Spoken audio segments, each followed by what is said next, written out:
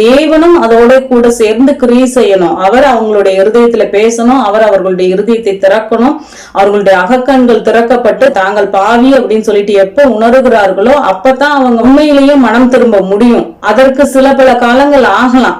அது வரைக்கும் நீங்க காத்துதான் இருக்கணும். சில நேரம் அப்படி நீங்க சொல்லிய ஆத்துமாக்கள் உங்க கண்களுக்கு முன்பாக மனம் திரும்பாமலும் போகலாம். நீங்க ஒருவேளை அவர்களை சந்தித்து பல வருடங்கள் பிறகு என்றைக்காவது ஒரு நாள் நீங்க பேசின வார்த்தைகள் அவர்களுடைய இருதயத்துல பேசும், ஆண்டவர் கிரியை செய்வார், அப்போ அவங்க மனம் திரும்பிக்குவாங்க. அதனால நீங்க யாரையுமே நீங்க சொன்ன உடனேயே அவங்க ஏத்துக்கிட்டு நீங்க சொன்ன உடனேயே உங்களுடைய சட்டதிட்டங்களுக்கு ஏற்றபடி அவர்கள் செயல்படணும், நீங்க எதிர்பார்த்தபடி அவங்க நடந்து கொள்ளணும் அப்படின்னு எல்லாம் நீங்க எதிர்பார்க்க கூடாது.